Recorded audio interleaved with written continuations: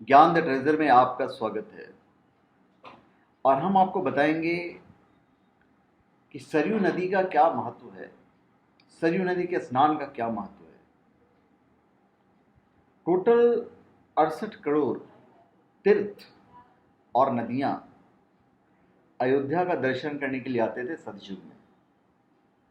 ये है हमारे सरयू स्नान का महत्व। तो चलिए हम आपको बताते हैं।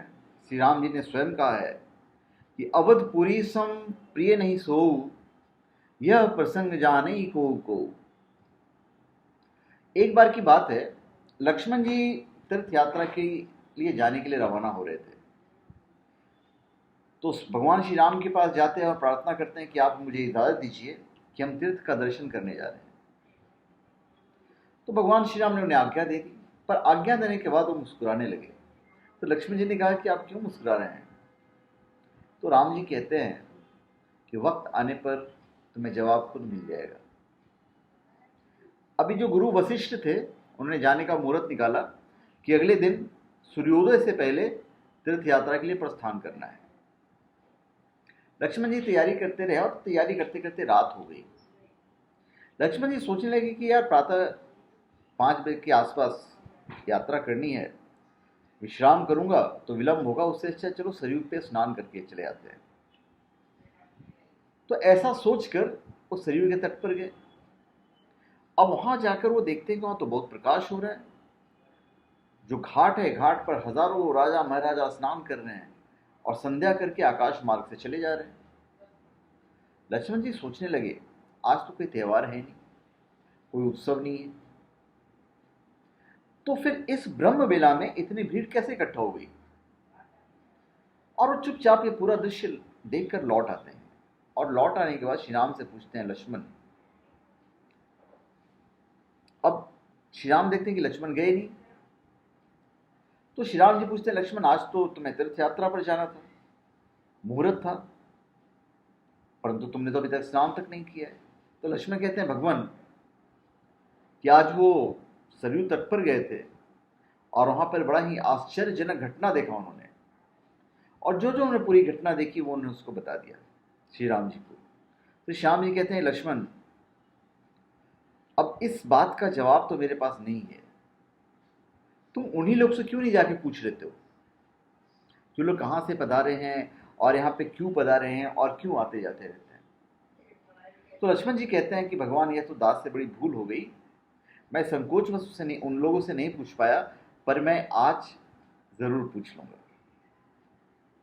और वो अगली रात को सुबह वही ब्रह्म वेला में वहां पे पहुंचते हैं। तो क्या देखते हैं, कोई किसी से बातचीत नहीं कर रहा है।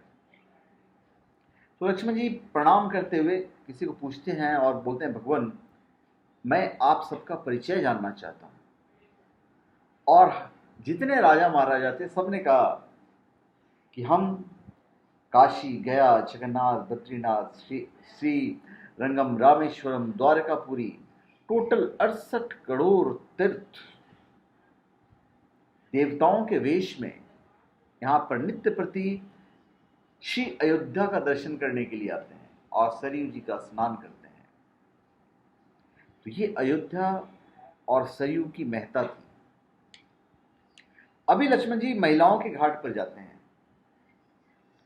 और सारी देखते हैं, सारी माताएं वहां पे नहा रही है और वो स्नान कर रही हैं। तो जब वो बाहर आती हैं तो लक्ष्मण जी बोलते हैं कि माता जी, हम आप सबका परिचय जानना चाहते हैं। और माताएं कहती हैं कि हम गंगा, यमुना, सरस्वती, ताप्ती, तुंगभद्रा, कमला, कोशी, जितनी पवित्र नदियां हैं, हजारों पवित्र नदियां जो हमारे हिंदुस्तान में हैं, सब के सब अयोध्या में और श्री राम के दर्शन के लिए आते हैं।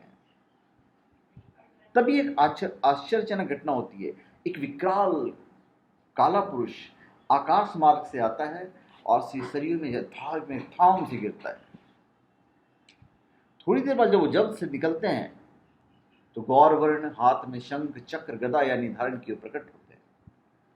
लक्ष्मण जी ऋषियों से पूछते हैं कि भगवान ये देवता कौन है जो भी काले थे और गौरवर्ण के हो गए? तो ऋषि लोग कहते हैं कि लक्ष्मण ये तीर्थराज प्रयाग हैं। लक्ष्मण जी ने सारी घटना अब जाके राम जी को बताते हैं। तो श्री राम जी कहते हैं कि भैया लक्ष्मण, इस पुरी के दर्शन में स्नान करने के लिए 68 करोड़ तीर्थ और नदियां यहाँ पे आती हैं, और आप अयोध्या छोड़कर किसी अन्य तीर्थ पे जा रहे हो। इससे बड़ा तो कोई तीर्थ है ही नहीं। तो फिर बात लक्ष्मण को समझ में आई कि भैया राम उस वक्त जवाब देते वक्त क्यों मुस्कुराए थे। तो राम जी कहते हैं कि उस वक्त मैं मुस्कुराया था और मैंने कहा था कि उचित वक्त आने पर तुम्हें इसका जवाब खुद ही मिल जाएगा। तो अब आप देखिए कि आपको अयोध्या का दर्शन करना है या नहीं करना है, और सरयू में स्नान करना है या नहीं करना है। तो धन्यवाद। आप हमारे चैनल पे सब्सक्राइब करें और अपने कमेंट दीजिए। धन्यवाद।